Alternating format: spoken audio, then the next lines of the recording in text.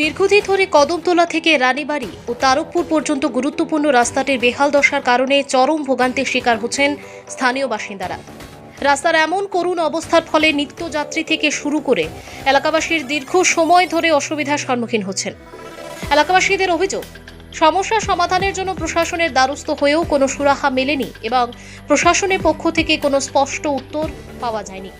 পাশাপাশি বিভিন্ন রাজনৈতিক নেতাদের কাছে বারবার ধর্ণা দিলেও শুধুমাত্র প্রতিশ্রুতি ছাড়া কাজের কাজ কিছুই হয়নি বলে ক্ষোভ প্রকাশ করেন স্থানীয়রা। রাস্তার এই দুরবস্থার কারণে বিকল্প হিসেবে এলাকাবাসী যে রাস্তাটি ব্যবহার করতেন সেটিও গাড়ি চলাচলের উপযোগী নয় এবং বর্তমানে সেটিও অবরুদ্ধ অবস্থায় রয়েছে। নতুন বাজার, ধর্মনগর ও লালছড়া পর্যন্ত যাতায়াত ব্যবস্থা কার্যত ভেঙে পড়েছে বলে জানা যায়।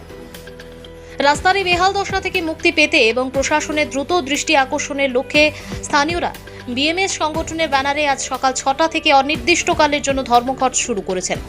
আন্দোলনকারীদের পক্ষ থেকে সাফ জানিয়ে দেওয়া হয়েছে, যতক্ষণ না রাস্তা সংস্কারের কোনো নিশ্চিত বা সন্তোষজনক আশ্বাস পাওয়া যায় ততক্ষণ পর্যন্ত এই ধর্মঘট কর্মসূচি অব্যাহত থাকবে। কদমতলা থেকে ভানুচন্দ্রের রিপোর্ট, আজকাল নিউজ।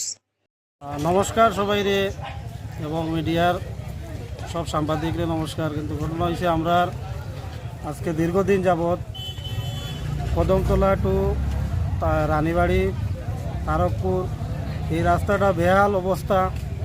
এর কারণে অনেক সময় আমরা অনেকের দ্বারস্থ হয়েছি, কিন্তু দেখা গেছে যে প্রশাসনের তরফ থেকে তারা কইতেছে যে আমরা কিতা করব।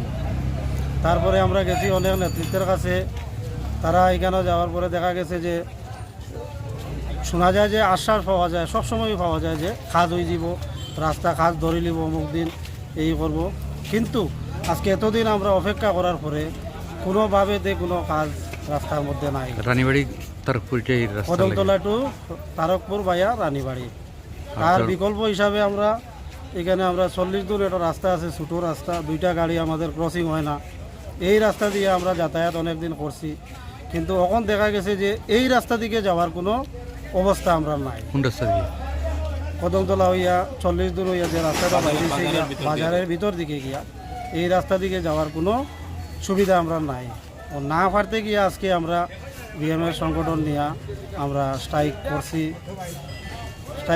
এখন যত সময় কোনো একটা আশ্বাস আমরা না পাইছি, আমরা স্ট্রাইকটা চলব।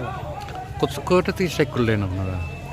সকাল 6টা থেকে আমরা স্ট্রাইক করেছি, এখন পর্যন্ত কোনো আশ্বাস আমরা পাইনি। কেউ উদ্বোধন করতে কেউ আসেনি এখানে? এখন পর্যন্ত ওনারা কেউ আসেননি, তার জন্য আমাদের স্ট্রাইক। শুনলাম এদিকে নতুন ধর্মনগর রাস্তাটা করে খারাপ নাকি?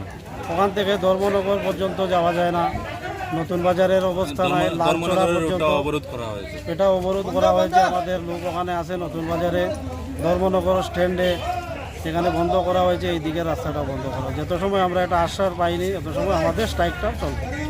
নমস্কার।